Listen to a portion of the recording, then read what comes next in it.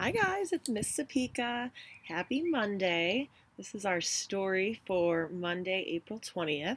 And before we get into it, I just wanted to say that now that we know for sure we're going to be doing this virtual learning for the rest of the school year, I'm sure that you guys have a lot of thoughts and feelings about that. I know that I certainly do. And if anybody wants to talk or problem solve or anything like that, just let me know. Just email me, okay? Because I'm always around. And even though we're not going to be together in school the rest of this year, we can still communicate and still talk and work things out together. All right? Okay, so this week I have kind of a theme of books that we're going to read about having a growth mindset. Do you guys know what a growth mindset is? So, a growth mindset means that in order to be successful, we just have to keep trying and keep progressing and keep growing. So, it's okay if we don't know how to do everything right away, but we just have to keep trying. So, that's what a growth mindset is. And most of our stories this week are going to have to do with that. So, I think that that's really important to keep in mind while we're staying at home learning this new way to have school, right? We're not going to get everything right away, but it's okay. We just keep trying and keep improving, and that's what matters. So, the first book today is called I Can't Do That Yet. So, I'm going to read that. I actually am going to try and just share my screen with you because it's on my Kindle account. All right, let's see if this works. Okay. I can't do that yet.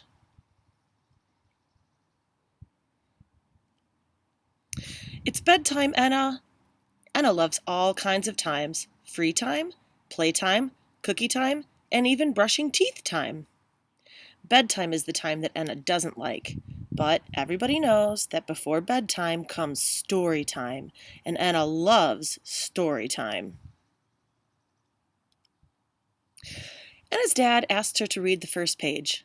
Like every evening, Enna responded, "I can't do that." Halfway through the story, Baxter crawled into the bed. Her dad pretended that he didn't notice. Enna couldn't remember the end of the story. She must have fallen asleep, but suddenly she wasn't in her bed anymore. She looked around and saw a woman. The woman was tall with long brown hair and glasses. Enna had the feeling she knew her. Somehow they must have met before. "Finally, you are here. I was waiting for you all day long," said the woman. "Let me show you what we have done." The woman smiled and took Enna by the hand. Guys, do you have any guesses who this woman might be? I don't know. I have a guess. "Look, Enna, this is our office. We usually arrive here around 9 in the morning. The team we work with is awesome. We hired a bunch of very creative and smart people. Everybody works together, and we lead the technical department." Enna could tell that the woman was excited, but she had no idea what she was talking about. She didn't want to interrupt her, but she didn't understand why the woman kept saying "we." Enna had never been here before, and why did the woman look so familiar? Yesterday was a crazy day. The servers went down and everybody was worried. At first, we couldn't find the problem in the code. Our web page wasn't showing anything. But fortunately, we were able to fix it in just 20 minutes. Enna was confused. She didn't know what servers were or why they were important, but she was glad the woman was able to fix the problem. Then the woman took Enna to a desk. There, she turned on her computer and started writing something on a green background. "Enna, I'm going to take a break. Can you finish the rest of the work?" How do you think Enna is feeling based on the look on her face there, guys? "I can't do that." "Really?" The woman started laughing, and Enna thought that was mean, but her laugh was so contagious that she eventually had to laugh too. Suddenly, the woman got up and went to the fridge. She put celery sticks and a jar of peanut butter on the counter. Slowly, the woman started to put a celery stick directly into the jar. Enna's mom always told Enna to use a fork instead of putting the celery directly into the jar, but the woman didn't seem to care.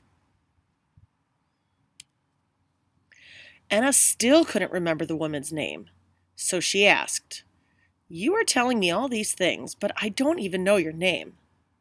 The woman looked Enna in the eyes and said, "I'm you, and you are me." That was not possible. How can one person also be another person? The woman stood up from her chair and whispered, "My name is Enna, and I'm a possible version of you in the future. The only thing different about you and me is time." Enna was confused. "That can't be true. I don't even know what you're talking about. Server? Code? I can't do any of that." "You can't do that?" "Enna, you can't do that yet, because you haven't had the time that I've had. When we were 16, we started to learn computer programming. We made this little game and everything went from there. You really wanted this, and so you created me, just like you created this game." "But I don't remember any of that." "How could you? This is the future. If you want this, it could be your future." Enna couldn't believe what she had just heard. How could all of this be possible? She wasn't like this woman at all. But maybe she really could be like her. This future seemed exciting. Enna had so many thoughts at once that she wasn't able to say anything. The woman said that Enna could be her if she wanted to, but what if she didn't want to be her? Enna didn't want to hurt her older self's feelings, so she didn't say anything. Enna's older self looked at her and said gently, "You don't need to say anything. I know exactly how you feel. I want you to meet a few people before you have to go. All of them care about you very much." Guys, who are the other people do you think that she's going to meet? With these words, she opened a door wide, and Enna could see what was inside. The room was full of Ennas. There were so many Ennas that she didn't know which one to focus on first. Each one seemed different, but at the same time similar. Nobody seemed to notice little Enna. She wished she were able to stay forever and to meet every single one of them. Just when she finally had the courage to step into the room full of Ennas, the door closed. Suddenly, Enna's feet started to feel wet. She heard a voice far away.